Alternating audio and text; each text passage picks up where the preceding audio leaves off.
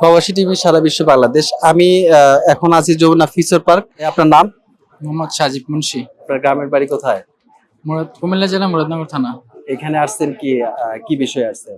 এখানে প্রবাসী জমতো তো ফিঙ্গার দিতে আসছি। আপনি কি প্রথম যাচ্ছেন সৌদিতে? হ্যাঁ, ফার্স্ট টাইম যাওয়া। কি বিষয়ে যাচ্ছে? আমার ড্রাইভিং বিষয়। আপনি কি ড্রাইভিং বাংলাদেশে কত বছরের অভিজ্ঞতা আপনার?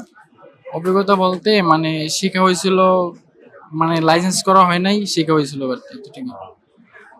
এই যে যাচ্ছেন আপনি কোনো এজেন্সির মাধ্যমে যাচ্ছেন না পারিবারিক? পারিবারিক, আমার আব্বু ওই জায়গায় আছে, আব্বু এই বিষয় দিছে, আব্বু এর কাছেই যেমন কি তারপর কেমন খরচ হলো? খরচ। তারপরও মানে আমার আব্বু নিতেছে, তারপরও খরচ হয়ে গেছে 2.5 লক্ষ 3 লক্ষ টাকার মতো। যাই হোক, এখন আপনি যে সৌদি যাচ্ছেন, এই প্রথম যাচ্ছেন, কেমন লাগছে আপনার?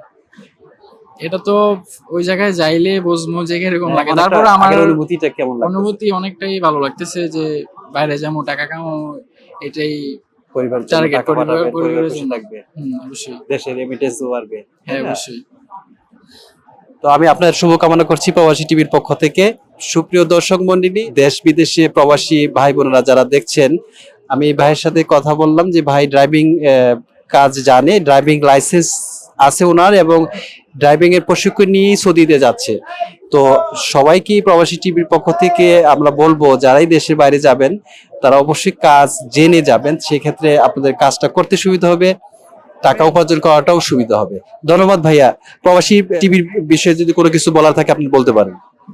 প্রবাসী টিভির ব্যাপারে কিছু বলার নেই, তারপরও আপনাদেরকে ধন্যবাদ জানাই। আপনারা মানুষকে কথা বলার জন্য সুযোগ দেন, তারপর কিছু শেয়ার করেন, তারপর শিক্ষা দেন, এরকম এটাই জন্যই ধন্যবাদ আপনাদেরকে।